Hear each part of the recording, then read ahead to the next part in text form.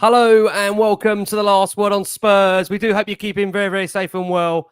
Thank you so much for joining us. If you're listening to the show for the first time, where have you been? We're on iTunes, we're on Spotify, we're across all major audio platforms. We're, of course, on Twitter at Last Word on Spurs, or X, should I say, these days. And, of course, you can catch us on Instagram, Threads. You know the lot. You know the jargon. You know where we're going to go with this. Like I say, thank you so much for joining us. Look, it's a Sunday evening and it's a transfer show. And that can only mean one thing, that we are counting down to deadline day. And if ever there's a case who's going to be joining me on these shows, there's two very reliable people you're always going to find. One of them is the wonderful Matty Hayes, who's back alongside me before we introduce the main guest on. Matt, loves you back on Last Word on Spurs. He's the main man with me, of course. Matt, how are you, bud? You okay? Yeah, I'm all good. Looking forward to the hopefully a busy last few days in this transfer window for Spurs. I think we've over the last couple of years we've kind of become accustomed to not really expecting much for the last few days, but I'm hoping that there'll be a bit of business done. Absolutely. There's actually questions now being asked from us, Matt. When are we going to get Robbie Williams onto the show following his absolute wonderful new rendition of Angels in Ange Postecoglou style? Was we expecting that, Matt, to come up? I think in the world of Spurs, you don't know what to expect anymore. I feel like that's just a normal day on Twitter for Tottenham now. But yeah, that's just another celebrity fan that we've got along with you, Ricky. Let's see, like I say, if that's one potentially in the bag. We'll have to wait and see. Join us back on Last Word on Spurs. He's been with us for the last 6-7 years. He's not got sick of us just yet, but I feel every show we're pushing him closer and closer and closer. We've got the wonderful, of course, look, very Sky Sports News, very own news editor, brilliant journalist, working so hard as always during this time of the year in the summer and January, of course. We've got the wonderful Lyall Thomas back on Last Word on Spurs. Lyall, you're looking well for a man that's got a week to go of the summer transfer window. I want to ask you, what's the magic? How are you doing this right now? That's a good question, mate. That's a really good question. Well, I mean, I've had a bit of a weekend, right? So I've had Saturday to recoup a little bit yesterday and chill, and a couple of better nights sleep than the last few weeks. It's been really busy. Every day working very early till late at night, and lots going on. I think it's been a really good transfer window generally. I don't know what you guys think, not just from a Spurs point of view, but from a transfer window point of view. It's been fascinating to cover. Obviously, we've had the Saudi aspect to it, and lots of offers from there. We've had some big deals that have gone on. Obviously, Harry Kane leaving, unfortunately for Spurs, has been one of them. But we've obviously had a lot of toing and froing as well between a few clubs, Liverpool and Chelsea battling out for players. We've had transfer records smashed a few times. So it's been a really, really fascinating window. Loads of really good stories. I think almost every week, we've been saying this at Sky in the studio, that almost every week has felt a bit like a deadline week. It's felt like that, the start of a fresh week and a build-up, and then there's been a bit of a crescendo of things that happened towards the end of the week. Caicedo was one of those. Harry Kane was one of those. Happened on a Friday right before a game. It's been really, really fascinating. Really enjoyed it. But obviously we've got 1 week to go. So I know a lot of people think that the biggest deals have been done so far, and I think for the most part that's true. But from what I'm gauging, the sort of back end of last week and then over the weekend, and especially today from calls and texts I've been having today, is that we're in for a crazy week by the sounds of it. There's a lot of clubs who want to move players on, Tottenham being one of them. Obviously that's something we'll talk about. But there are a lot of clubs, especially in the Premier League, who've got players that they don't want to be there anymore, and they need to move them on. And they've put quite high prices on them up until now, and those prices are going to come down a little bit this week. So we're going to see, I think, quite a lot of movement, and it's going to be really, really interesting, I think. Spurs included. So here we go. I better get a good night's sleep tonight as well, because it's going to be a long week. It is going to be a long week. One more, of course, we're looking forward to. Most certainly, of course, Lyall, I say, really gearing us up for what is going to be a big week in store. And I know for many, it feels like it's a defining week for Tottenham. New manager in, of course, who's done very, very well so far, Ange Postecoglou, really, I'd say, adored by supporters in these early weeks. And I think many will now feel, and I'm going to be honest and say this, I don't know whether you guys feel the same, and feel free to come on this as well, Matt, if you wish, that there's been times in the last 20 years under ENIC where Spurs have stumbled upon what looks like a gem, a progressive manager, and had the opportunity to back them when things look good, and maybe at times haven't necessarily pulled the plunge to do so. It feels like these next 6-7 days, we're going to really, really find out just how much Spurs are willing to back Ange Postecoglou, because what we see is a nucleus of a very good 11, 12, 13 players. And from the early stages, it looks like a very, very content camp. everybody's happy. And as Spurs fans, you just feel with a couple of really, really subtle additions, we could be really in store for an exciting season. So, Matt, I don't know if you want to take that first, actually, before we come to Lyall. Are you feel as well, Matt, that with the potential of a couple of additions, we could be in for a really exciting season here? To be honest, Ricky, I think you were one step away there from saying we're winning the league. And I think, I don't think we're there quite yet. No, look, it is, things are going very nicely at the moment. And I think what I said a lot under, kind of towards the end of Antonio Conte's tenure and a lot of the time under Jose Mourinho is that in football, things are never as bad as they seem.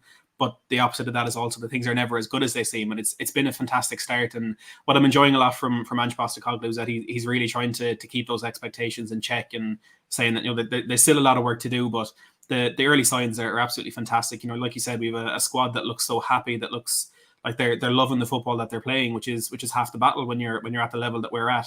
Players like Yves Bissouma and Pat Matter-Sarr coming into that team and that midfield, having not had much game time last season, and they're playing with so much freedom and with so much joy. James Maddison coming in, Udogie getting his first few starts as well. It's all looking very, very positive. And like you said at the top of the show, it's a very happy fan base, and that's not always the case with us. So long may it continue. But yeah, we do need to get some men in the door before the deadline shots on Friday to really give ourselves the best chance to push on this season.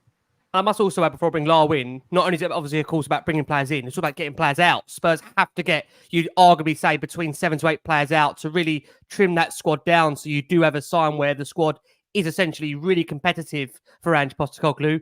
Lyall, let's bring you in, because ultimately you were here for us at the point of when he was just appointed, and obviously we're now 3 games in. We're 7 points out of a possible 9. The team, if I'm being brutally honest, looks completely unrecognisable to the miserable mess that we saw from last season at certain times. Spurs have taken, as we've said, the 7 points out of a possible 9. We've seen a number of additions come in that have really hit the ground running.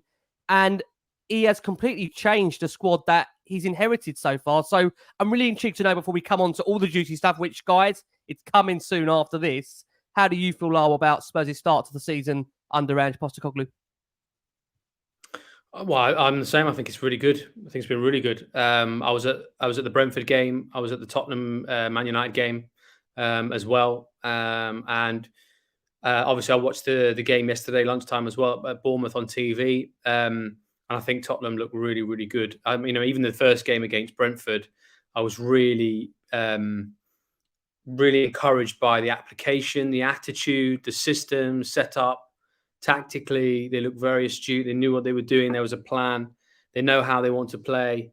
And there was good individual performances as well. So, after that first game, I was, really, really thinking that, I fancy Tottenham against Man United on the basis of that first game, really. So I also watched Man United on the Monday night at home to Wolves and thought they looked really sluggish and slow and off the pace, to be honest, even at home. So, really good so far. Loads to be positive about. Like I said, I was at the Tottenham Man United game and it looked like the fans absolutely adore 𝐸𝐸 already. There's various songs, not just the one that Robbie Williams has now started singing, but there's a few around, I think, isn't there, already for him. And he has got. Everybody that meets him, everybody that I've spoken to about him says the same thing, really, that he's got this aura about him that's quite captivating. And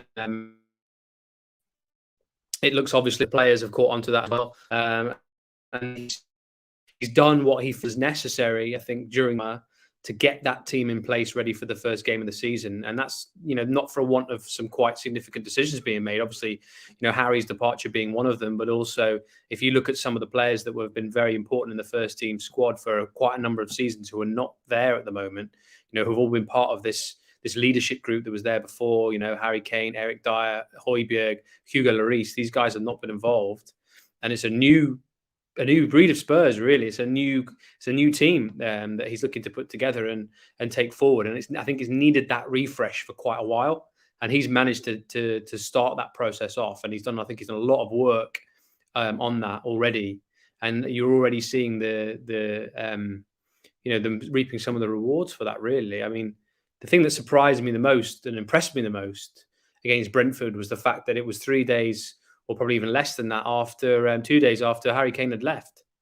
And you think of the Tottenham of the old, the Tottenham of the last few seasons, and how they react to difficult situations and and what you would call something detrimental happening to them on and off the pitch, and the reaction has often not been good.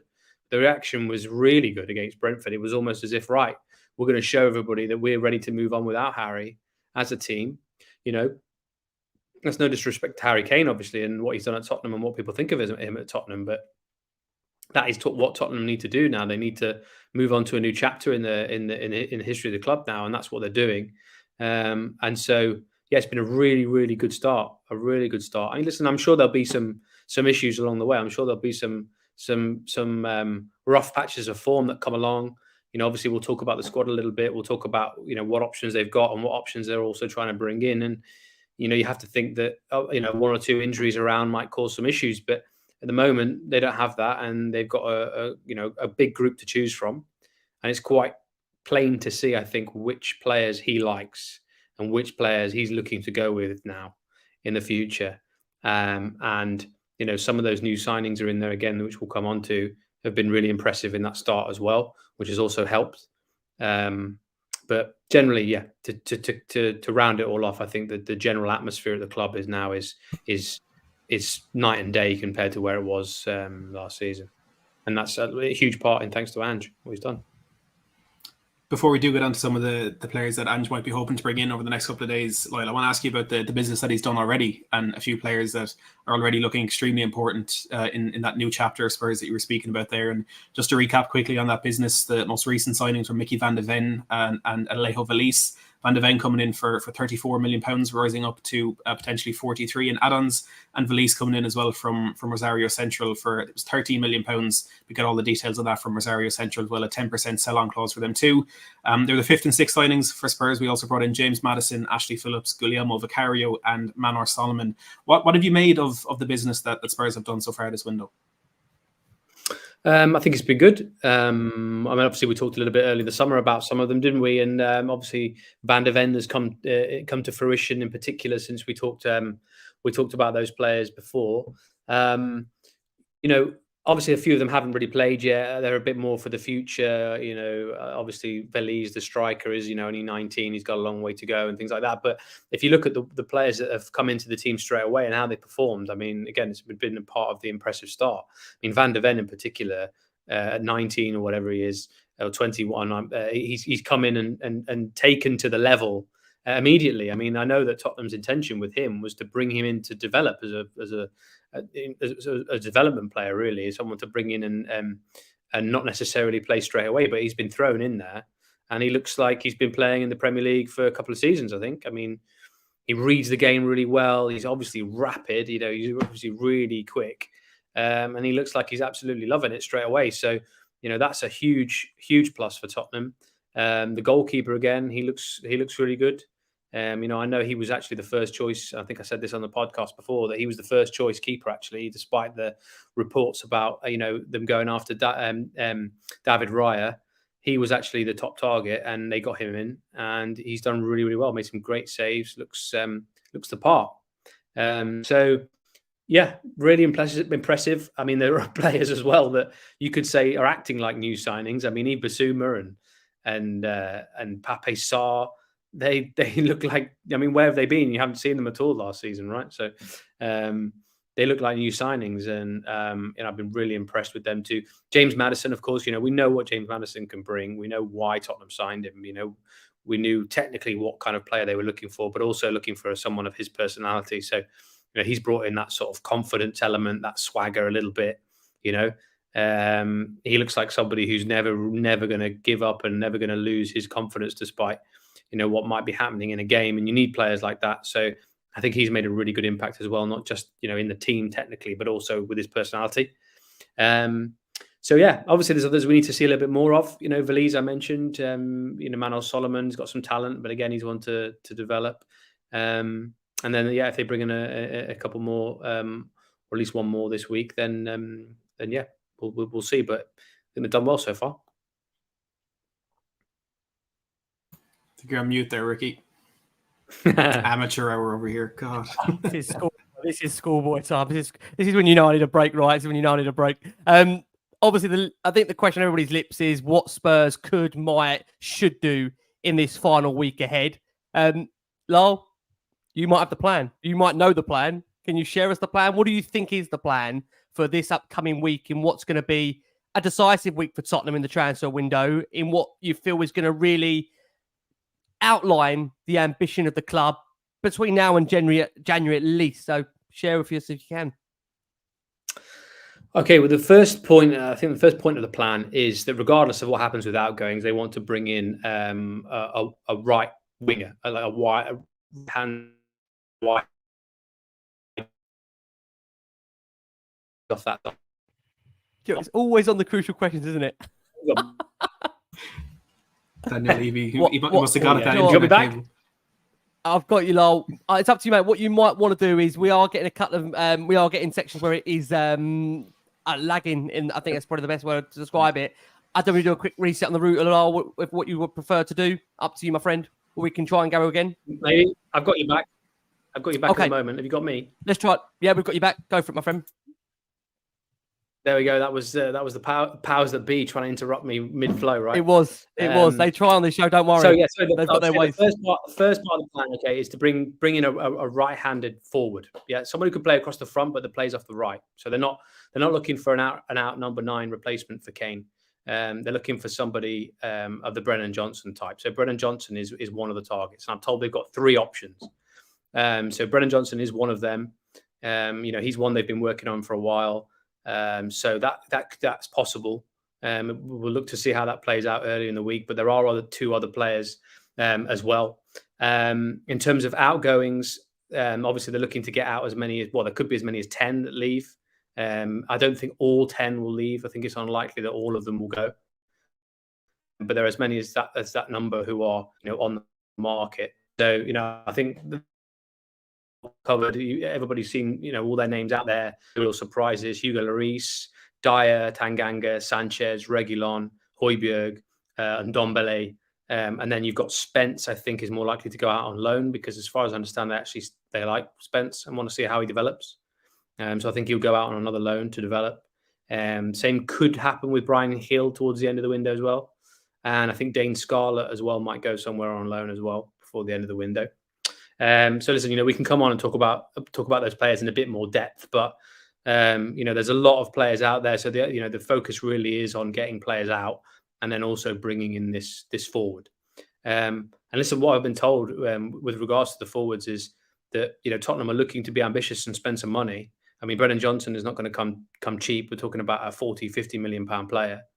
And that's really the kind of ballpark I think that we're talking about, that they're looking to spend on a player around that price. And a player of that profile. So that'll be a big one for Spurs. And I think that's, you talk about whether they're going to back Ange and make a bit of a statement. I think they'll look to do that with this signing. Now, the other 2 targets are a bit unconfirmed. So we can talk about those in a little bit. I've not actually heard that from anybody at the club, but we can come on to those. But also, if depending on the outgoings, they might actually bring in other players as well. So we might be looking at a situation where Tottenham bring in at least 1 and maybe as many as 3 by the end of the week. Obviously, with the centre halves, there being 3 centre halves on the market. If one of them goes, or 2 of them go, or even 3 of them go, I think they'll bring in another one. And I'm told there's 1 option there that they're looking at. And then the same in midfield. So is to go regardless. I don't think there'll be a replacement for Ndombele. But if Højbjerg goes as well, then they will look to bring in a replacement number 6 type, somebody who can be foil for Basuma, I think, in that position. So that's why I understand the plan is as simplified as possible. Again, it's up in the air whether all that will happen. But that's the situation as I understand it at this point, going into the last 5 days.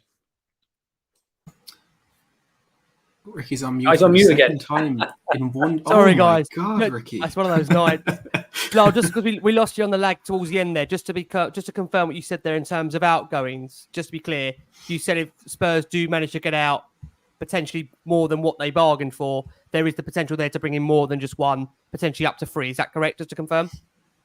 Yes. Sorry, I didn't realise you were lagging there. I was lagging there. Yes. So if the centre backs leave, they'll look to bring 1 in. And again, if Højbjerg leaves, they'll look to bring 1 in. But I think Ndombele will go regardlessly. Okay, no problem at all. Matt, let's hand over to you. Yeah, just before we do get on to those other 2 forward options that you mentioned there, Lyall, it's a word that you use, and I want to explain for Spurs fans because they mightn't understand it. It's ambitious. it means having or showing a strong desire and determination to succeed. So I thought just might clear the air on that one with the way our last 4 or 5 years have been. But you mentioned 3 wide forward options there, Lyall. Brennan Johnson was one of them. Are you able to share the other 2 names that are there? Well, I mean, the other 2 are sort of up in the air. I've not had them confirmed yet. There's a few names that have been banding around to me today by sources, outside of the club. So, take this with a pinch of salt. I'm going to do the whole Salt Bay thing on this, right? So, I mean, Ansu Fati at Barcelona is a name that's been mentioned to me with Spurs. Now, the thing about him is, I think a loan is probably more likely to be possible than something permanent. But there's a difficulty there with what suits Barcelona. Obviously, they've still got these FFP issues, and he's on big wages. So unless a club comes in and takes him and takes all of his wages on, it doesn't really suit Barcelona from a financial fair play point of view. But obviously, what suits them the best is I think making a sale, and that's the situation that they're in. So Fati has been warned that his name could come on the market at the end of the window, and that seems to be the case now. And Spurs have been mentioned to me, like I said, from outside the club as one option. The other one is a new name. There's a report out there about is Johan Bakker, PSV. He's another name that's been mentioned. We're just losing you, Lyall. I'll be a pain. I don't know whether you want to do it. It's up to you. We can keep going, or we can do a quick reset on the router. We want a hotspot. Up to you, my friend. Whatever you prefer. I could do that. What was the last thing you heard? The last thing we heard was Matt. Matt's on you now as well. What is going on now? Losing my flow. Anything after Ansu Fati? I heard a little bit of in between some static. There was a bit of Bakayoko, but it wasn't much else. We got a bit of Bakayoko in there, a bit of another player in there. But what we got up to Ansu Fati. Okay, so Ansu, let's try again, and then if it happens a third time, we'll do the whole router reset. No problem. No problem at all. No problem at all. I bet. And that's anyway. the third. And there's it. Oh, yeah, I think I've got it again. All right. And there's the jackpot. No, I like to get there. Right, I'll come 1 second. Okay, no problem at all. And this is going to be really, really embarrassing. And it's going to throw Matt back to what he normally does. Because I'm going to go get my little one from the car. So you're going to get Matty Hayes freestyling you for around 3-4 minutes. And Matt has asked his opportunity on Last Word On Spurs. Been waiting for it. Matt, it's over to you, my friend. You take the screen. We'll be back with you in literally a couple of minutes. We'll put some ad breaks in between. But Matt, the show's yours, my friend. You go for it. Absolutely no pressure at all here. Absolutely on my own. Look, I just want to say on the Brennan Johnson one, I know there's a lot of kind of disagreement in the Spurs fan base at the moment about whether he's good enough. Interested to get the thoughts of all of you who are watching in the live chat. Give me a yes or a no in the live chat if you think Brennan Johnson is the answer to the question. Now, the fee that's being quoted is £50 million. But like Lyall said, Spurs looking to be ambitious and spend a lot of money. Is Johnson the one that you would all like to see, or would you like to see us go in a different direction? And there's a mention there. Oh, there's a lot of no's. Okay, there's a mention there of Gift Orban. Interesting to see where that one's going to go, because he seemed to be top of that list when the name first came out. He seemed to be a very, very serious target.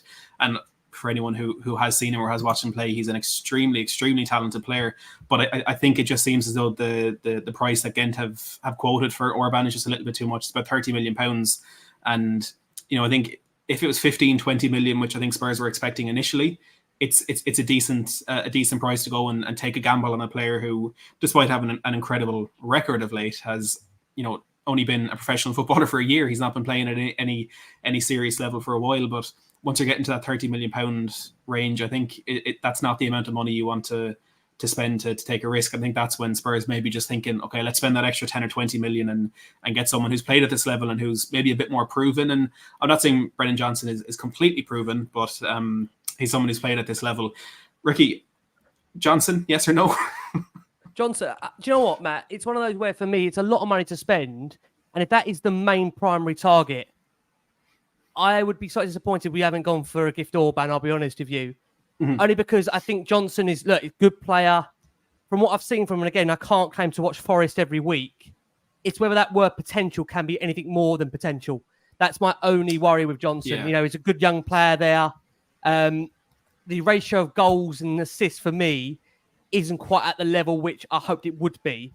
and you are paying again a lot of money on that word potential. But again, you're doing the same with Gift Orban as well, to be honest with you. And again, it's a foreign player, foreign league. There's going to be a need for adaptation, whereas Brennan Johnson knows the Premier League. And essentially, you could argue that under someone like Postecoglou, who has so far, let's be honest about it, transformed the number of different players, then I think where I'm at, Matt, to be honest with you, is that if he is the one that Postecoglou wants, then let's go and get him. I think it is about backing the manager. And I think that's the thing at Spurs, that sometimes in the past, as supporters, we haven't necessarily always wanted who the manager wanted. So I think, look, we have to trust Ange. If one thing has shown us in the last 3-4 months is that even doubts about Vicario in the early days, we've seen just in the basis of the 3 performances, there's something about him there, and we have to get behind the manager. So look, I think the most important thing is, with relation to this week coming up, which Lyall is back with us for, thank God, is, look, fingers crossed. Yeah, absolutely perfect, Lyall. Whoever does come in, really, really important. It's who the manager wants. Really, really important.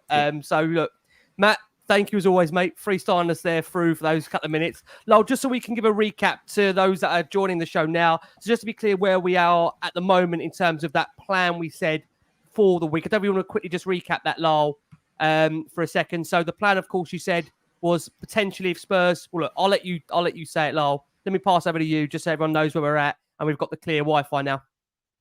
Okay, great. Yeah, hopefully, let me know if it comes unstuck again. But yeah, so the plan, as I aligned it, is that they're looking to sign a right player, basically a right winger, right hand forward, somebody who can play anywhere across the front, but that plays predominantly from the right. So they've got 3 options. I know, obviously, one of them is well established, which is Brennan Johnson. We can talk a bit more about him and the situation around him, but he is definitely one.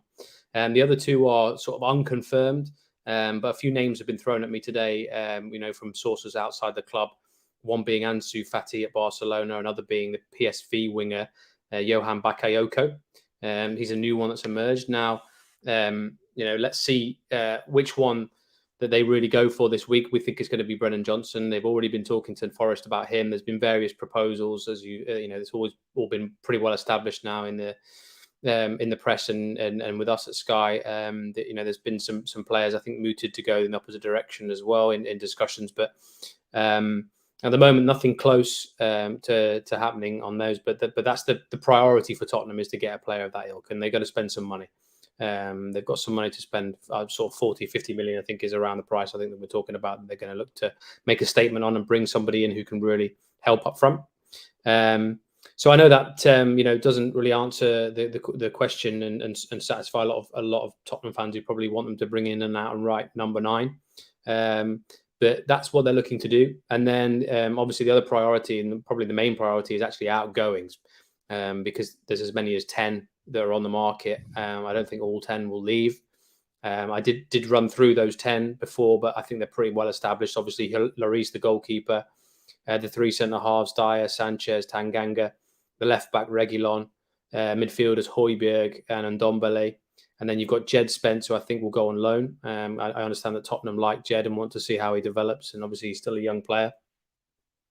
The same may be said for Brian Hill. It may be possible that he will also go on loan. And then Dane Scarlett, I think as well, it's possible that he could go on loan before the end. And then in terms of other incomings, we could actually see as many as 3 come in. Obviously, like I said, the wide forward is the priority, and that will happen regardless. The other 2, I think, will depend on, I understand will depend on outgoings. So if they do sell or get rid of, one or more of the centre halves, I think they'll bring another one in. And then in midfield, I think if Højbjerg goes, they will look to bring in another 6 type to develop and be foil and competition for Bissouma. So I think as far as Ndombele is concerned, I think they're obviously looking to get rid of him regardless, and there wouldn't necessarily be a replacement in for him. So that's the plan as I understand it. I think then we were talking a little bit more about Brennan Johnson and the other targets. I think I was mid-speech on Ansu Fati, wasn't I? Yep. So I mean that is not a straightforward one. I was warned, a few weeks ago that Fati would come around at the end of the window, not just for Spurs but for a few clubs, because Barcelona haven't been able to solve a lot of the financial fair play issues that they've wanted to so far, and he's obviously a big asset for them. But he's on big wages, so as far as a potential loan is concerned, I think they want a club to front up the whole wages. I think that's the only thing that makes sense from them from a financial fair play point of view. Otherwise, they're looking to push for a sale. So there's Fatty, and then Bakayoko is a name that's sort of emerged today, really. I think there's a report already mentioned to me by a couple of sources that he's one that Spurs like. But how far that will go, I'm not sure. I think Brennan Johnson remains the priority of Spurs at the moment. And they seem to be in a good position. But like I said, nothing's close to actually happening and being agreed yet. Lyall, I think that conclusively brings us up to date as we stand right now. I'm going to hand back to Matt, who will take us through the next interrogation. Are we on to centre backs? Is that where we're going? I think we are at that point, right? Yeah, so we've kind of clarified potentially the incomings, Brennan Johnson, Ansu Fati being up there. I don't know whether we want to touch upon. I don't know whether, Matt, you want to go on Gallagher and Eze. I don't know if those names are worth mentioning to you, Lyall, at all in terms of incomings. Is it worth mentioning those at all to you quickly? Well, I mean, Gallagher is definitely one Tottenham have liked and had a look at. But I think earlier in the window, he's been by Chelsea, so he's seen amongst the squad push. So, do you for a second there? Just a second. Yeah. Got me back? I thought we went into German then for a second. I was about to get the Harry Kane language book out, thinking, okay, where are we up to at the moment? We are back. Sorry, we lost you at that point. You said Gallagher was a genuine. You said Gallagher was a potential target. You said there, sorry, Lyall, not to put words in your mouth. Is that right? Yeah, what you were saying there? Sorry. Earlier in the window. Yeah, earlier in the window. But he's obviously playing for Chelsea now. So I think that's unlikely. Yep. I think they're looking for more of a number 6 type rather than a number 8 now.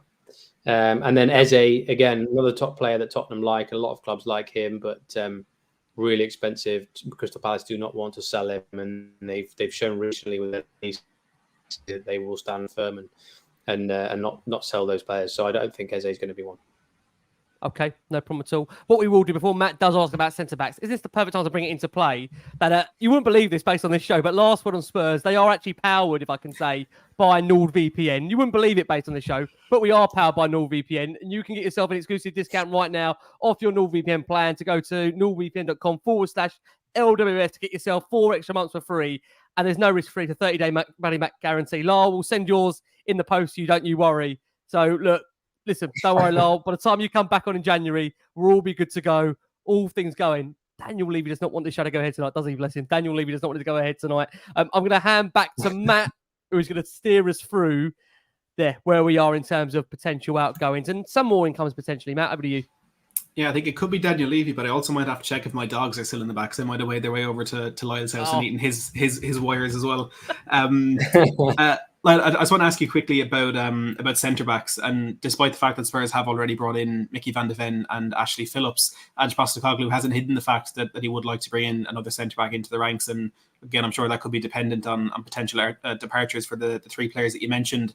But in terms of targets that we're hearing in the media, the name Edmund Tapsoba from Bayer Leverkusen is the one that's been there since the start of the window. And more recently, we've heard of Tosin Adarabioyo from Fulham, despite interest there from Monaco, and Per Shores from Torino, while Clement Longley, it just feels, is almost there as a backup option for Spurs still as we approach the last few days of the window.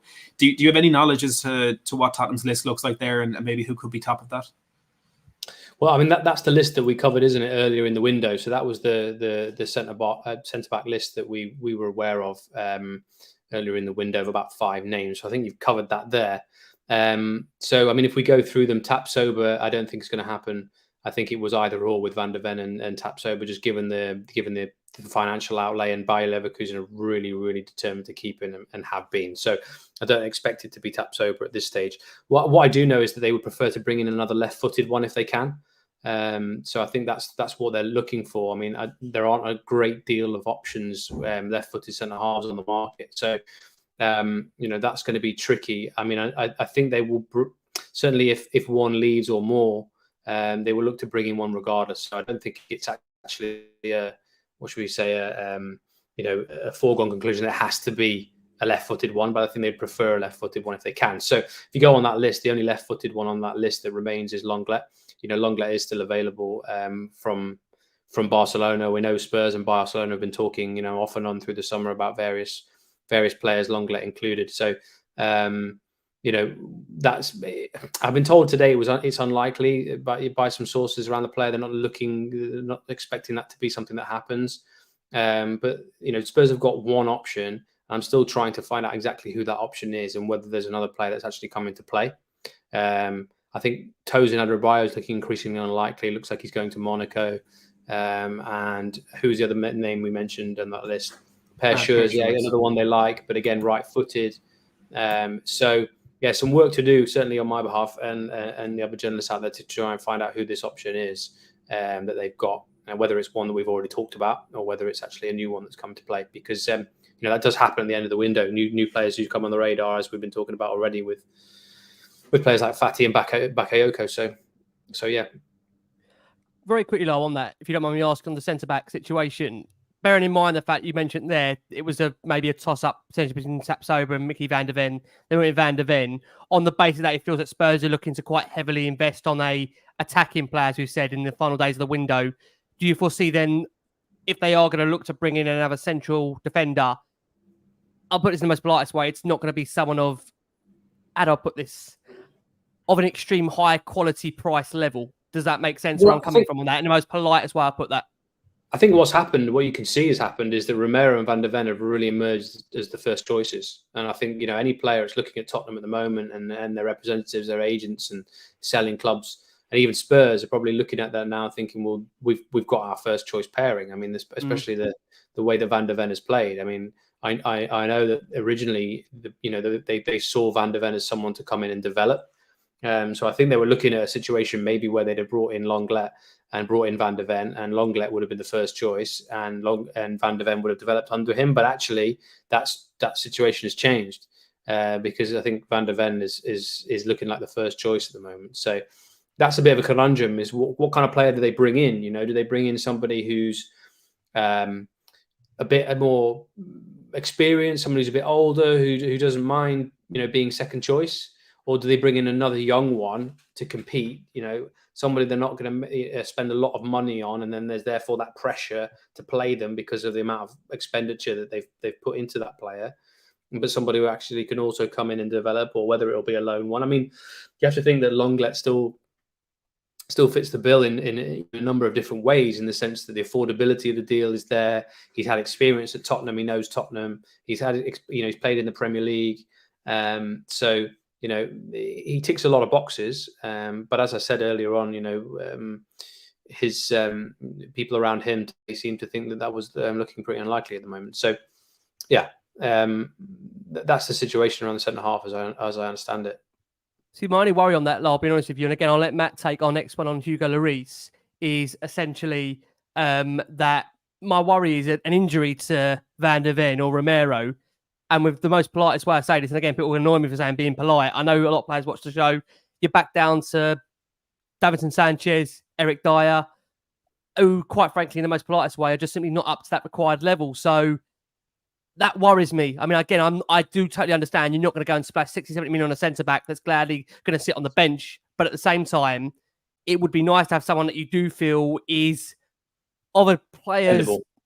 Yeah, exactly. That is my only worry with Tottenham, that we always feel that, again, an injury to the first 11 and you're back down there to really fringe reserve players that, quite frankly, have shown in the past they're not up to the same quality. So, Matt, I'll hand over to you because, like I say, we have got a former captain that is still here, bizarrely, as we enter this final week of the deadline.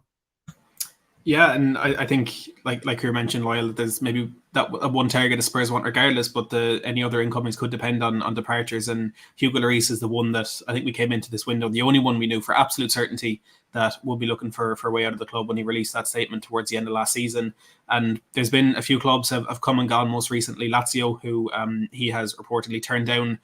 Do we know if there's any other club interested at the moment? Is a move likely for Lloris at this stage? Yeah, well, it's a really good question, and this is another thing to find out this week. Really, is that I'm not aware that there's another club at the moment. I'm sure there is, but one's not been mentioned to me. Obviously, as you mentioned, Lazio was the last one that we were reporting on late last week.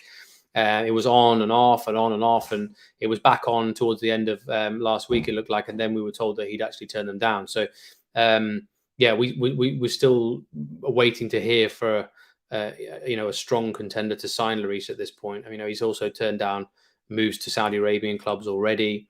Whether that option comes around again, remains to be seen as well. The Saudi Arabian window goes on for another 2 weeks after the Spurs, after the Premier League window, finishes. So, does that come into play? Whether, I'm not sure. We'll see. But yeah, it's an interesting one with Lloris. We expect him to be long gone by now, and he isn't. So he's definitely one that does need to move on. I think Nice were also interested as well at one stage in this window. I'm not aware whether they're still around or not. He started his career at Nice, and I think he might have some ideals to have gone there, but I think just financially it's not been possible for them to do it up to this point. Can I ask you, Lars, as a neutral question on the Saudi Arabian window? How much of that is going to be a problem in general? And for a journalist like you, that again, we work towards everybody coming to the same in terms of the close of the window at the same time. Having that Saudi Arabian window open, obviously longer than what it is for the UK and for Spain and Italy. Do you see that being a massive problem in general? And do you reckon that will be addressed in the coming next few windows? I think it will cause a problem to an extent. Not so much in terms of Saudi clubs seeing it as an opportunity to come and get players on the cheap. No, because they're not really worried about getting players on the cheap. Let's face it. They're not bothered by that. They're not preoccupied with trying to save a penny here and there and using the idea of a specific window for them being in place to actually get prices to come down. What it's about for them is about persuading players to join them. So if you get past the European window and there are players that still haven't got clubs to play for, then perhaps they start to think again about whether they want to play in Saudi Arabia or not, when they've previously been reluctant to do so. So that might be a factor that changes things slightly. There might suddenly be a rethink on the part of maybe a lot of players. I mean, the Saudi Arabian option has really been there for so many players, and some have taken it and some haven't.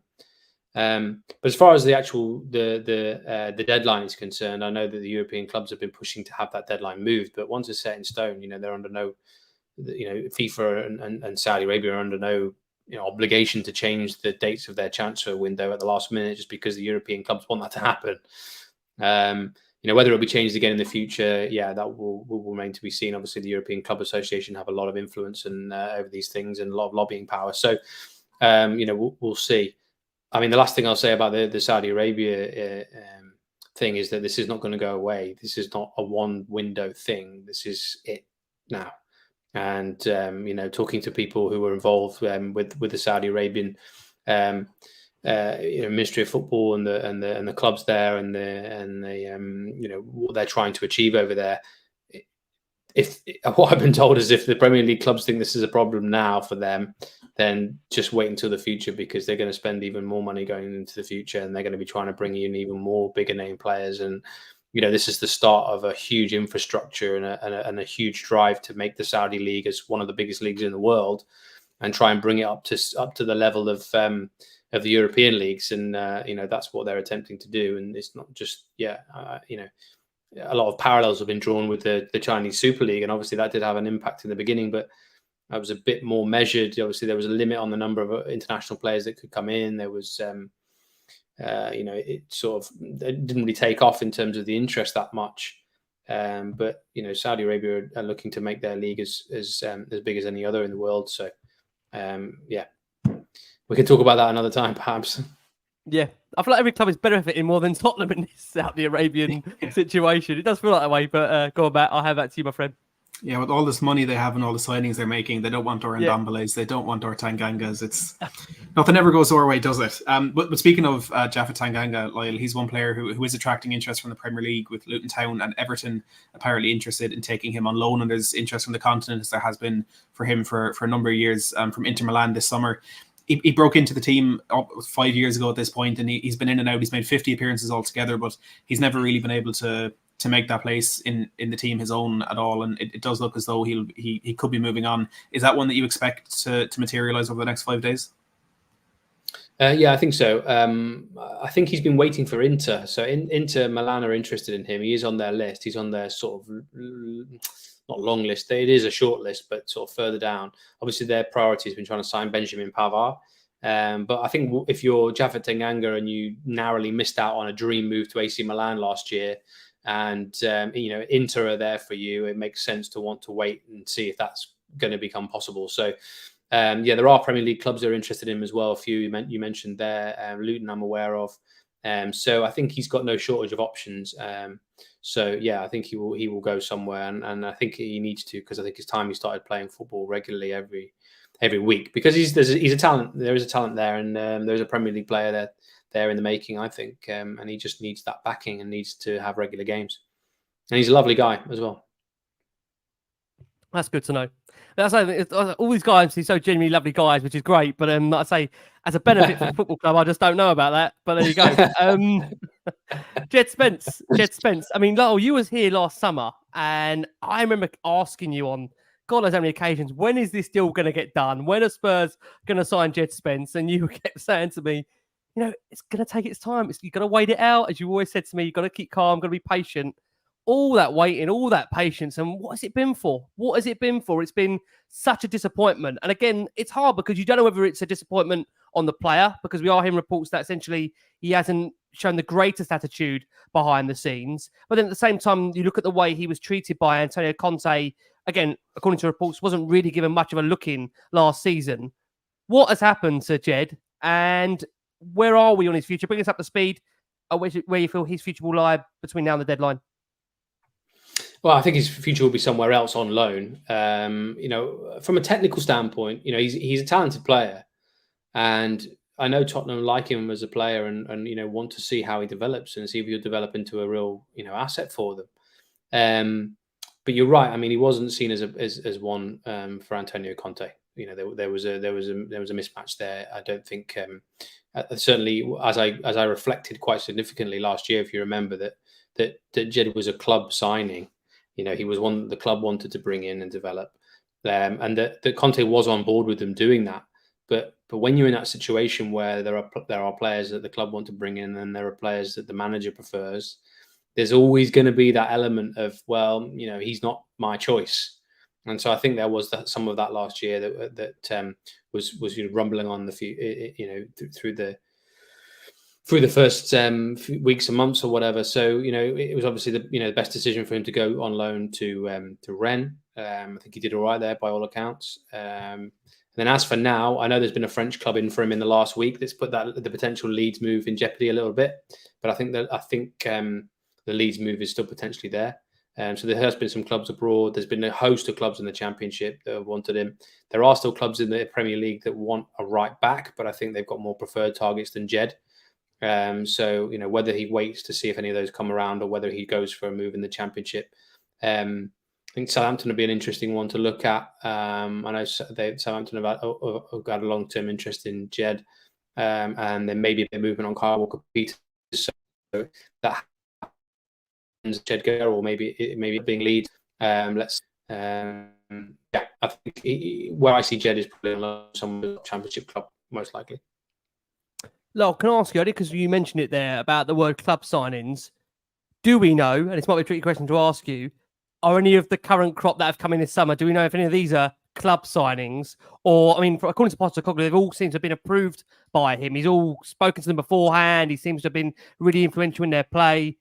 Very much do you see a situation still in which there will be club signings enforced on Ange Postecoglou, or is that different now? I think actually an important thing to know about Spurs at the moment, actually, and even though there's no technical director or there's no sporting director there at the moment, I think actually what Tottenham have got at the moment is more alignment in terms of recruit for quite a while.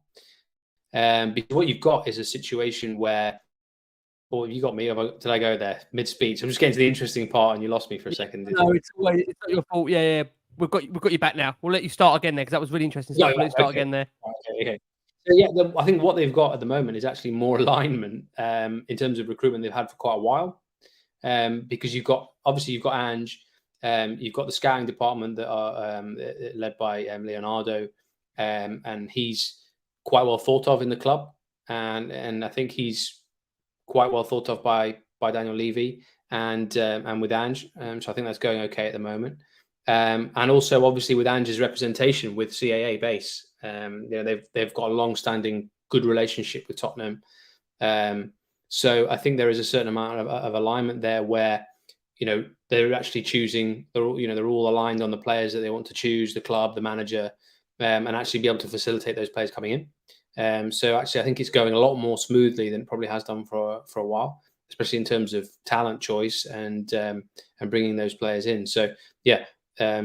As far as I understand it, I mean, these have all been approved and by Ange, and players that Ange has wanted to bring in and had a big hand in drawing up the lists. Absolutely. One departure that Ange definitely has a big say in or potential departure is the one of Eric Dyer.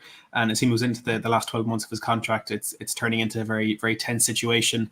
And like personally, I feel bad for Eric Dyer because he's someone who clearly loves the club, and I think touted himself for the captaincy. But as Ricky was saying a while ago, certainly from a footballing point of view, purely footballing point of view, he just doesn't seem to have what it takes at the moment, and he's not featured in any of the matchday squads for opening 3 games in the Premier League so far this season. Do you think Dyer will get his wish and get to stay at Spurs for another year, or is that one that the board could try and force? Yeah, it's an interesting situation with Dyer, actually. Yeah, it's quite tricky in a few ways. I think that, well, what I understand is that Dyer would actually prefer to go somewhere on loan. I think that he sees the potential for more options for him long term as a free agent next year, and he's obviously on the market, so he's available for sale from Spurs' point of view. So there needs to be a solution found there over the next week. Fulham are a club that they're in for Dyer. They're one of them. So that's a potential option for him. At least Fulham believe he's an option for them. I'm sure he'll have 1 or 2 others as well. Not that I'm aware of at the moment. But I think it is an interesting one with Eric Dyer. He has been a great service for Tottenham. But I think, as I was saying at the top of the show, with regards to some necessary and a little bit painful change in terms of personnel, and like I said, the breaking up of that previous leadership group with Harry Kane. I think that his future lies elsewhere now, and I think that's obviously why Tottenham are prepared to let him go. So yeah, definitely one to watch in the final week. It's interesting, isn't it, with Dyer, because I mean there was that speculation a while back that there was a potential new contract on the table, and just Spurs social media just went again with absolute fire. It's interesting because again, Dyer is very close to Harry Kane, so I think one of the decisions that Tottenham have had to make is just how much change do they enforce this summer on the squad. Did they bring out again? I think this was just part of the. If we go all the way back to choosing a new manager, I think this was part of it. Do they have one more go with the squad that they've got with another manager, or do they actually decide to bring in a different kind of manager and actually change the direction and the culture and the way of playing and all that kind of thing? And unfortunately, for players like Dyer when they decided to make that change, then that had to have a change of personnel along with it. It needed a squad refresh. I mean, this is something that Pochettino was calling for years ago. I'm not saying he was calling for Dyer to be sold per se, but this refreshment of the squad has needed to happen, and it's going to be hard on some players, and there are going to be some big names that are going to have to go as a result, and none bigger than Harry Kane, but obviously there are other players now that have been long-term servants for Tottenham. I think that it's just time for them to move on. It's interesting. It really, really is that situation. One that you recently reported on only a couple of nights ago, and that is that Sergio Reguilón. Look, he's had a difficult time at Spurs in general, Reguilón. He's had injuries, of course, where at times where you felt maybe he was going to kick on. I mean, I'll be honest with you, again, a player that's been brought on potential, never really saw. And then I don't know, many people thought at the time when Spurs got Reguilón and Bale that Reguilón was the actual more attractive prospect long term, and there was real genuine hope that he would really kick on, but he's failed to do so. You recently reported that he's an option at Manchester United, have looked at, and Fulham also see him as an option before the deadline. Is that as still you understand things to be the case, or yeah, let us know where you feel with Reguilon, and if you do still feel he'll leave before the end of this window. Yeah, I think so. I think it'll just be a case of where. Obviously, he was in talks over a move to Real Sociedad, but they've opted for Kieran Tierney instead. So that whole thing ended a few weeks ago. And now Manchester United are looking for emergency left-back targets, and Reguilon is one of them. 𝐾ucurella is another. There's a few other names on there. I think they're just lining up what the most viable deal is for them and what they want to do in terms of, I mean, we talk about emergency left-back cover. Does Sergio Reguilon, does Marc 𝐾ucurella, does whoever else just see themselves as emergency left back cover at Man United? I don't think so. I think if they're going to go to Manchester United, they want to be given a chance to play for Manchester United. So that's obviously something that needs to be established over the next few days. Is who's willing to go there and on what terms. But definitely, it's an option for Man United, Reguilon, and also for Fulham as well. Fulham are looking at bringing fullbacks in. They're close to getting Timothy Castagne from Leicester, and they see him as an option who can play on both sides, but they're also looking at left back options as well that they could do. So they do have other priorities. They need a striker, but I think if they get a striker in as well and a winger, and they still have some room to manoeuvre left in the market, then Reguilon is definitely one that they will look at. So yeah, as another one I think is quite likely to no longer be at Spurs come the deadline. Yeah, I remember United having an interest in Reguilon when we completed that double swoop for him and Bale 3 years ago. Well. So no surprise they're back in there. We've already spoken a bit about Tanguy and Ndombele. Lyall, you're saying he's one that Spurs will look to ship out. Are we any closer to knowing what jersey he might be wearing next season? Well, I think if there's anything that's obviously people are aware of with Tanguy and Ndombele is he won't be rushed into making decisions. You mean in general trade, or you mean in terms of the window? Well, in terms of his, or coming in terms of his, his next club, certainly, and choosing his next club. You set me up there, Lyall. Sorry, mate. That was a real kind of open goal for me there. When you about not being rushed. It was a tongue-in-cheek comment, but yeah. I know it was. Sorry, just to be clear, I'm the one that's kind of making that more than what it is, only because you caught on. Yeah, absolutely. Yeah. You know what? Can I ask you, Lyall, on him? Many people will feel it's a real genuine shame that you've got all the ability in the world there that guy has got, but for whatever reason, the application, and I am cautious because, look, a player that was dear to our hearts in Dele Alli, we saw what was going on behind the scenes with him. So I am really, really loath to go too hard into players that I don't have an understanding, of course, on their personal background. But it is such a shame that if I'm basing it on talent alone, that guy looks like he's got it in abundance. I think Gareth Bale said when he was at Tottenham, he's one of the most talented players that he's actually ever trained with, worked with, played with. Such a shame, though, isn't it, that it hasn't worked out? And I just wonder whether you feel as well, because at Spurs, we've had situations where Spurs have spent significantly big on some of these signings, and look, the likes of the Sanchez's, of course, and Ndombele's. Lo Celso, to some degree, look, he might still come good. Do you also worry the fact that because Spurs have done that in the past and have been burnt, do you think that is also maybe a hesitation why they don't want to always spend on the big fees? Well, yeah, I mean, yeah, certainly. I think Daniel Levy said this in statements that he's made that a lot of the recruitment has not lived up to its billing, and I think you'd have to file Ndombele into that category. The amount of money that they spent on him, he's not fulfilled his value. He's not fulfilled the amount of outlay that they spent on him. That's plain to see. The reasons for that are, again, I'm sure are more complicated than most know about. Just because of someone's demeanor when they walk around the place, walk around into the training ground or whatever, doesn't tell the whole story, and it can be deceiving. So it's hard to judge somebody just on that basis. But if you judge him by what he does on the pitch, hugely talented player with the ball, in attacking phases, fantastic. Without the ball, there are huge question marks over his application without the ball and whether he is prepared to be in a team that does significant amounts of work and running without the ball. He's done it in fits and starts for Tottenham. He played a lot at Napoli last year, but pretty much all from the bench. So he got a lot of appearances at Napoli, but he was almost always a substitute, second half substitute. So Yeah, it's not worked for him at Tottenham. That's plain to see. He needs to go. Time to go permanently, certainly, and everybody, I think, agrees on that. So it's just a question of where. Galatasaray were one club that were looking to do a deal, but that's gone away. Went away a while ago. Rennes in France are another club, but I think financially, it's not doable for them. He's on quite big wages at Spurs. So yeah, again, like Lloris,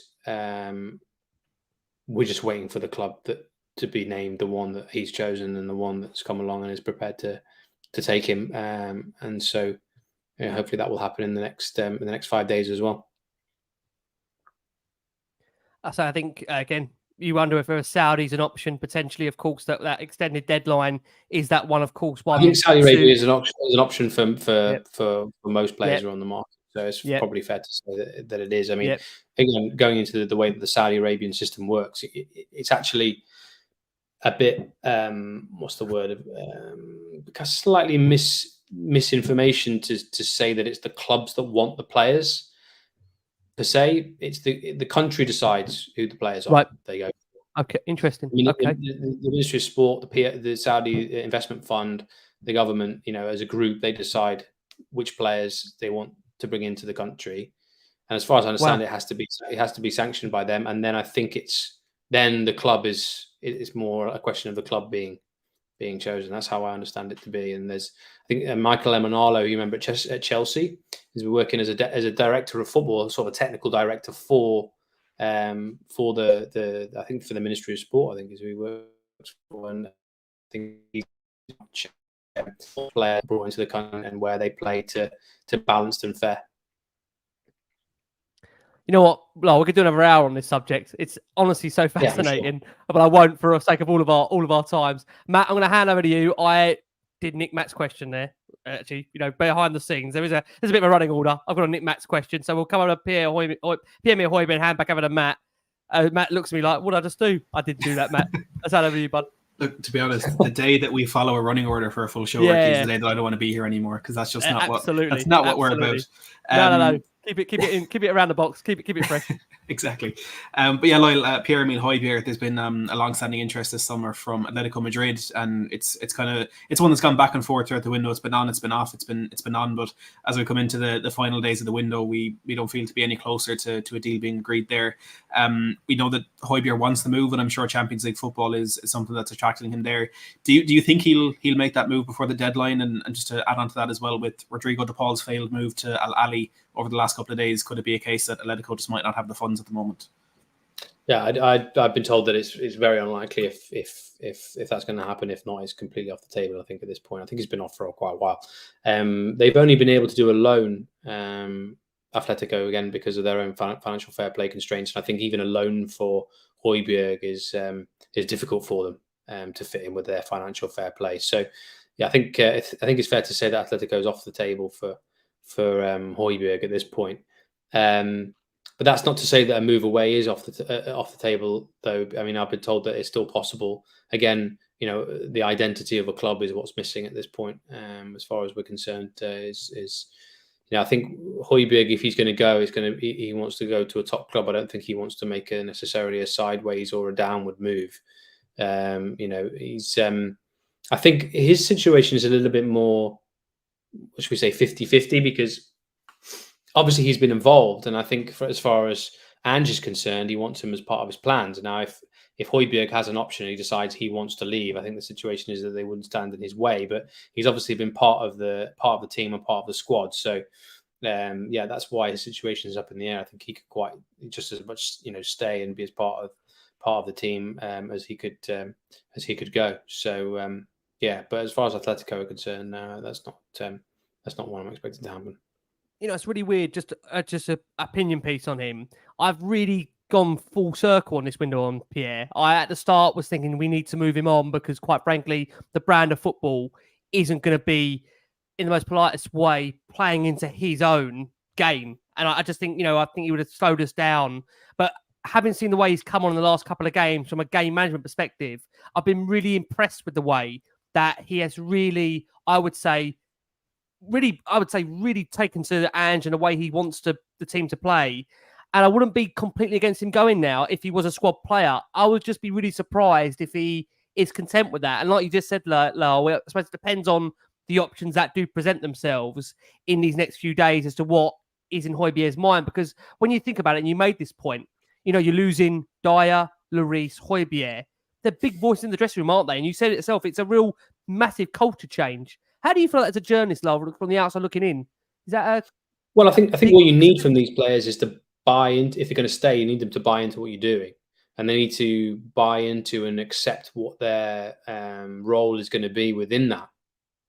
So, you know, �ερ𝐵 could have a fantastic role to play, I think, in Tottenham's squad, because he's a leader and he's got so much experience, and you know he's you know, a real character and a really strong voice, like you said. But you know, strong voices can go either way. I'm not saying this of �ερ𝐵 in particular, but if we're just talking a bit more generally, you know, strong voices, if they don't agree with what's going on and they're not part of it and they're, you know, causing an issue, then strong voices are a problem. But if they are buying into what you're doing and they're pulling in the same direction as everyone else, then strong voices are fantastic and they're great. So yeah, I think you're right as well from how he's performed from a game management point of view when he's come on. I think you know, to have that available to you from the bench, but also in some big games, you know, there might be some situations where �ερ𝐵 is actually the right move. You know, tactically, he might be the right move in certain games against certain teams when Spurs, you know, can expect not to have so much of the ball.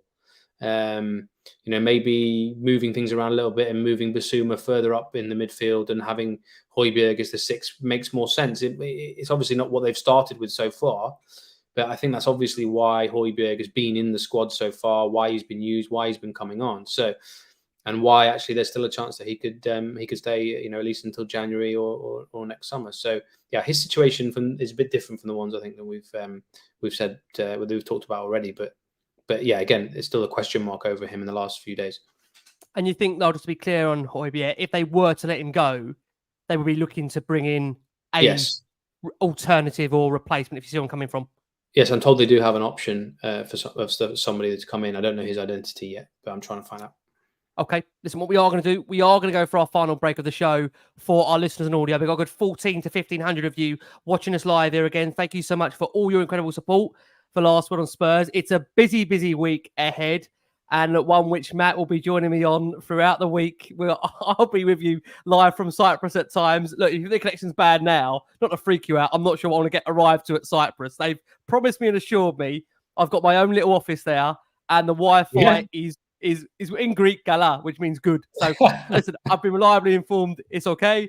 We shall see. If not, you'll see a guy. If you go and try and find me on Google Maps, there'll be a guy frantically going through all Cypriot shops in a mobile zone trying to find a booster for Wi-Fi. So look, I might be there. We're also joined tonight by the wonderful Lyall Thomas, the Sky Sports, obviously, news editor, journalist, been with us for many, many years, who keeps coming back and listen. We're also thankful for that. Gives us wonderful insight on every single window. If I could just give you a quick reminder, if you don't mind, guys, look, Last Word on Spurs are involved in the nominations for the Football Content Awards. We are formally available for you to vote if you want to try and give us an award. Look, it's fair to say Spurs haven't won anything for a long time. So why don't you try and be part of giving us something? You can do that by voting for us in the FCSAs. Of course, you can tweet that. You can use the QR code on the screen for our watching audience. And again, thank you so much for all your incredible support for the show. And in general, I'm going to hand back over to the wonderful Matty Hayes. Matt, over to you, bud.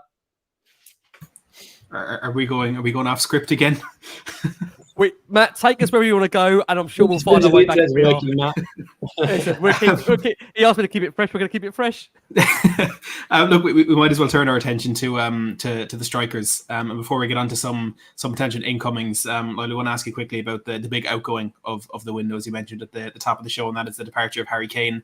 And like we have done since the window opened, and like we'll do until the window's closed, we're leaving it to the end of the show, just so we don't have 90 minutes purely of talking about him. But look, he's made a fantastic start to life in Germany after the Super Cup defeat. He scored in his debut and put another 2 in the back of the net today in his home debut for Bayern Munich. What are your reflections on the move overall? Was there any surprise in your part that Spurs accepted an offer, or that Harry Kane was so keen to get out of London now, despite the fact that he could have had the pick of any club in the world in 12 months' time? Well, no, I wasn't surprised that Kane wanted to go. I think we knew that. I think he made it clear to Ange early in the summer that he wanted to go. There was a time for him to go. Obviously, Tottenham not being in the Champions League, not looking like they were going to compete for anything particularly significant this year. A lot of change to come. I think being aware as well that the changes that the club wanted to make. So I'm not surprised that he opted for that, and that Bayern's a great choice. Bayern's one of the biggest clubs in the world. They're up there vying for trophies every year. They're always in contention for the Champions League. You have to say before the Champions League gets going. So absolutely not surprised that he went there. And then from Tottenham's point of view, I just think it was the best thing actually for all. I think you've seen that really actually in the start to the season. I mean, the start of the season that they've made has really helped, I think, to justify a little bit, making that decision. But Harry Kane and his future has been, a dark cloud hanging over Tottenham for a long time, and what would happen and what wouldn't happen. And I just think that carrying on for another year, another season, no matter how Ange did with the team, I just think it would have been a problem. So I think that was obviously part of Tottenham's thinking. And the business side of it was also part of Tottenham's thinking as well. That I think if they'd have let one of the best, if not the best striker in the world go for free, potentially to a Premier League rival next summer, would have been bad for business in so many ways. I think there was just an acceptance and a decision that just could not happen. And I think Harry knew that as well. So it was just best, I think, now for everyone concerned for that to happen, as much as from an emotional and sentimental standpoint, as far as the fans are concerned. It was been a huge blow and a huge loss. That was always going to be the case. That's always going to be the case when you lose your best players. It's not something that Tottenham fans are unfamiliar with. They've lost their best players before. But the club have always recovered from it, I think. Selling Bale, and then you had the Pochettino era, or selling Modric before that as well, and maybe not so much, but before that, selling players like Carrick. Eventually the club has improved as a result. So you just have to hope that that's what's going to happen at Tottenham this time as well. And listen, all signs are they're onto a really good thing with Ange and the players they brought in. Obviously, the recruitment aspect is really the important thing now, I think, for Tottenham. Now they've got another, it's obvious Ange is a good manager and a good coach. It's obvious. It's obvious he can set up a team to win Premier League games. It's obvious that he can set up a team to beat big teams because they beat Man United at home.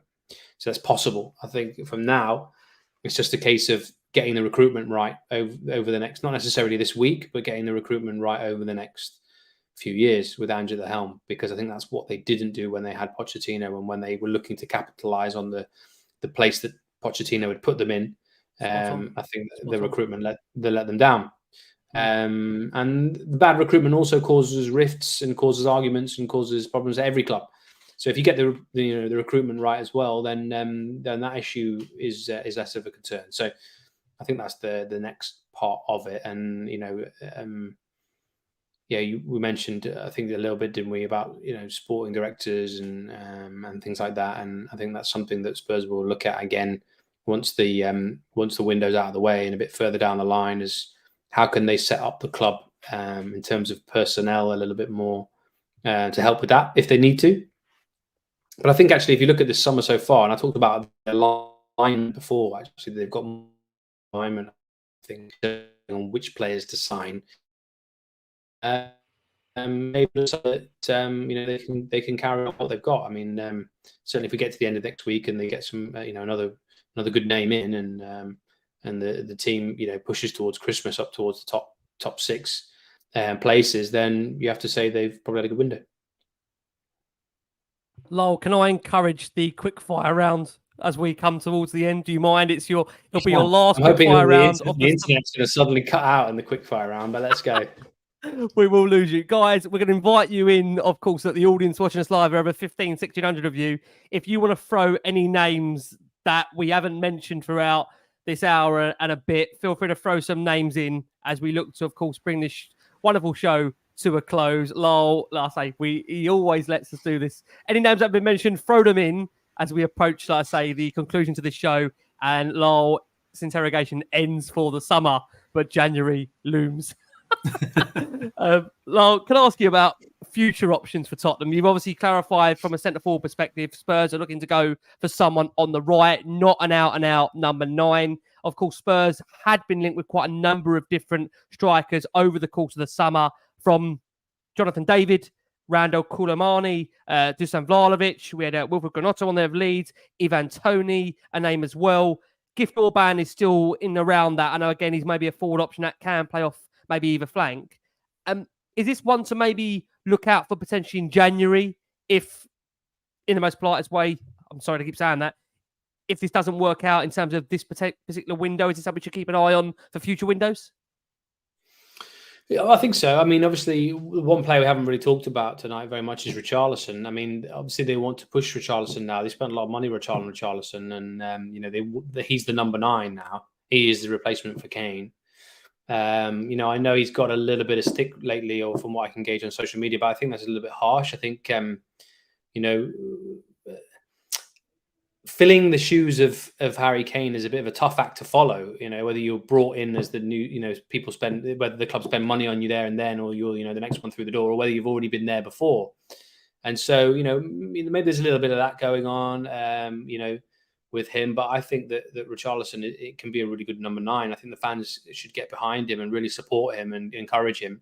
I think he just needs that goal as the new number 9. I think once he gets that first goal, I think we'll really see him take off. I mean, he showed, I think, for Brazil at the World Cup that he can be a really formidable number 9 when the system's right with him. I think number 9 is his best position. That's my opinion. So I think, we'll see how he does in the next 6 months to a year, and then obviously Spurs will look at what they potentially do in terms of bringing in another outright number 9 or not, depending on how he gets on and depending on how 𝐅𝐨𝐴𝐵 develops. Obviously, he's really young at 19. They've got some other youngsters in the setup as well. I mean, I mentioned Dane Scarlett. I think he could do with going out and getting a good loan. I think he's a talent, Dane Scarlett. Alfie Devine, another one. They've got other youngsters further down who are obviously still really young, like Will Lancashire, who they brought in last year from Sheffield United. He's supposed to be a real talent. He's another youngster. I think there's another youngster they might look to bring into the academy centre forward this time as well before the deadline, maybe. So yeah, I mean, you mentioned all those names. Those are all, obviously strikers that Spurs would look at. Jonathan David, and I think Randall Koulibaly is going to go to PSG. That's looking increasingly likely. Our colleagues in Sky in Germany have reported today that PSG have put in a big offer for him, and I think that Eintracht Frankfurt will find it difficult to turn down. So I see Randall Koulibaly going there, I think, before the deadline. Listen, we could talk about a host of names. Gift Orban, definitely another one Tottenham like, but I think, smashing in goals in the Belgian league is not the same as coming into the Premier League. And, whether his stature is right for a number 9. Would you put that in the unlikely bracket now, Lyall? Sorry, Gift Orban. You think that's unlikely? Do you think it's unlikely, Gift Orban? Yeah, I mean, because I said that they're going for a wide player rather than a number 9. Right, okay. So that kind of, okay, absolutely fine. One name that has, again, sent maybe alarm bells ring because he has worked with Postecoglou before is Jota, of course. That looks like he potentially will be leaving Saudi.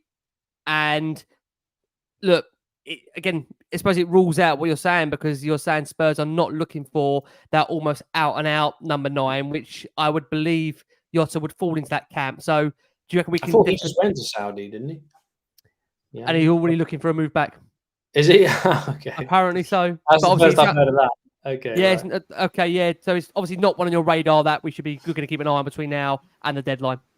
I don't think so. No, I'm not aware that he suddenly wants to come back. No. Okay. Interesting. Right. Well, listen, I'm going to hand over to Matt, who is going to close the interrogation. Matt, over to you, bud. I just want to say, first of all, I feel like we've done a really good job with the show, Ricky, when all the comments are asking Steve Malbronk, Helder Postiga, Leandro Damião. I think we've covered everything. Well, if that's what's coming through in the live chat.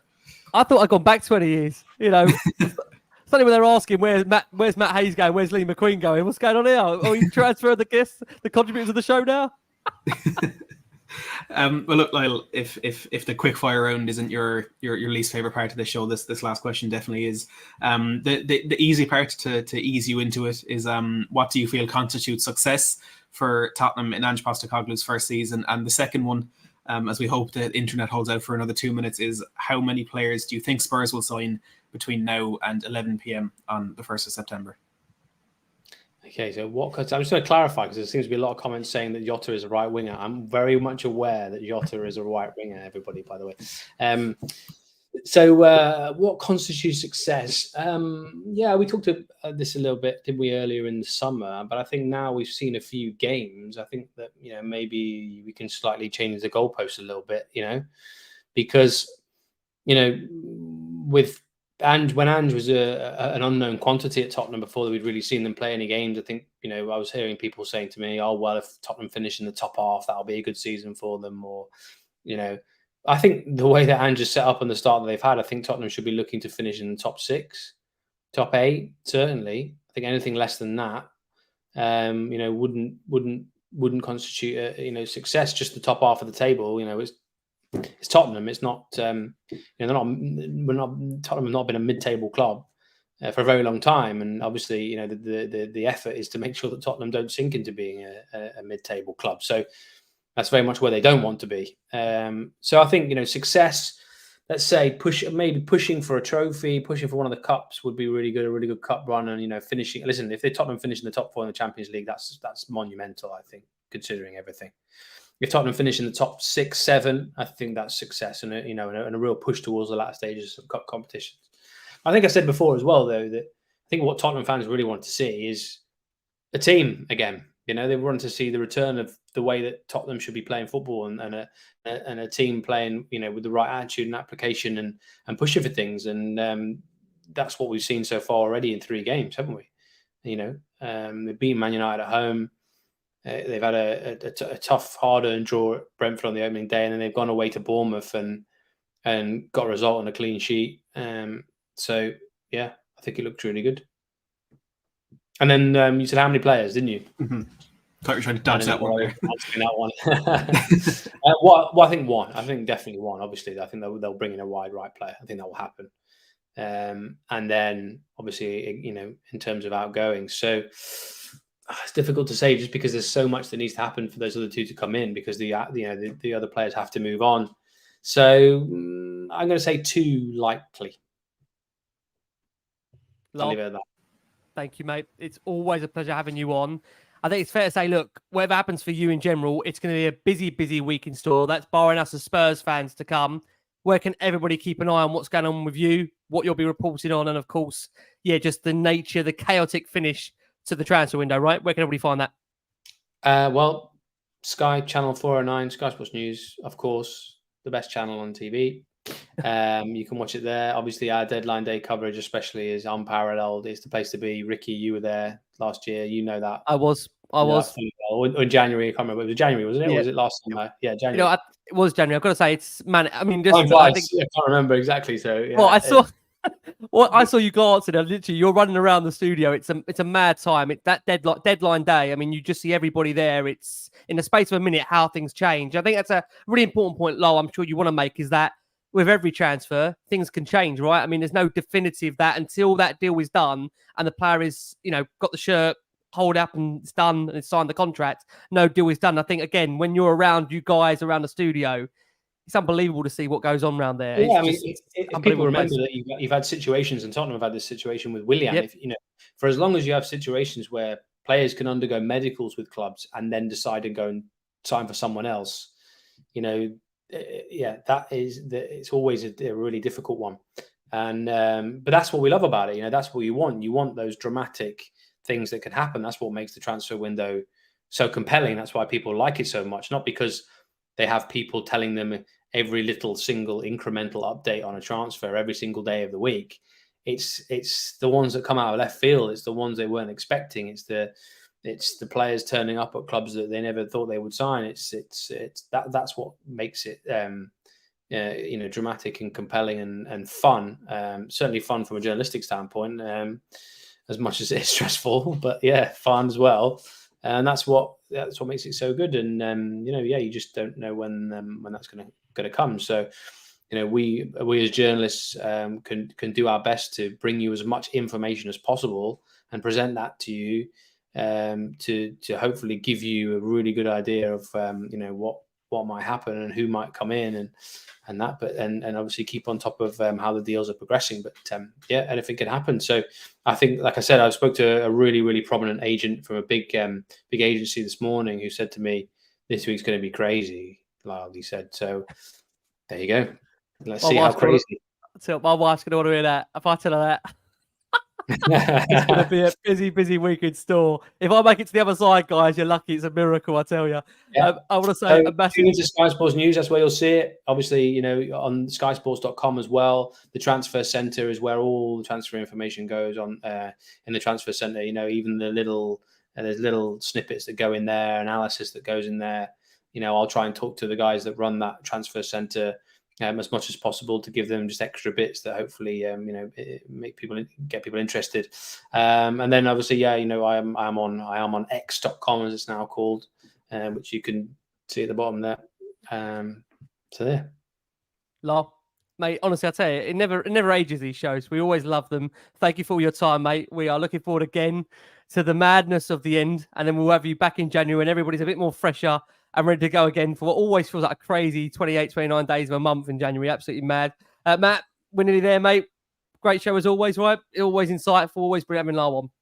Yeah, absolutely. It's always absolutely great fun being on these shows. And of course, Lyall bringing all this fantastic insight and giving us the updates. And what I love is that you don't always give us just what we want to hear. You're honest, which with Spurs is quite often the other side of the coin. But I just want to remind everyone as well to vote for the last word on Spurs in the FCAs. The work that Ricky puts in behind the scenes. I know you all see what happens on camera, but what Ricky does behind the scenes is absolute insanity. And it's something that I'm, to be honest, I'm jealous of that he's able to put himself through what he puts himself through. And I've got my silver award from a couple of years ago looking down on me now, but if the Spurs community can get me that, there's absolutely no doubt they can get the gold award for this absolute legend beside me. Thank you, mate. Yeah, I second that. Get voting. Very kind. Very kind. Spurs. Last word on Spurs. We've got to get that feet around the ground. When you've got credible journalists now singing our anthem, you know it's time to vote. Please go and do so. I love it. Lyall, mate, thank you so much. Matt, thank you. Guys, we're in for a busy, frantic finish on Last Word on Spurs in the transfer window. We aren't going anywhere. We'll be joining you. Look, we'll be from different locations across the world. We won't have it any different, but make sure whatever happens, you tune into 409 for Sky Sports News with Lyall Fino's updates for, of course, on those blogs. But from Matt, from Lyall, from myself, guys, have been the Last One on Spurs. Keep safe, keep well. We're approaching deadline day week. As always, come on you Spurs. Thank you so much.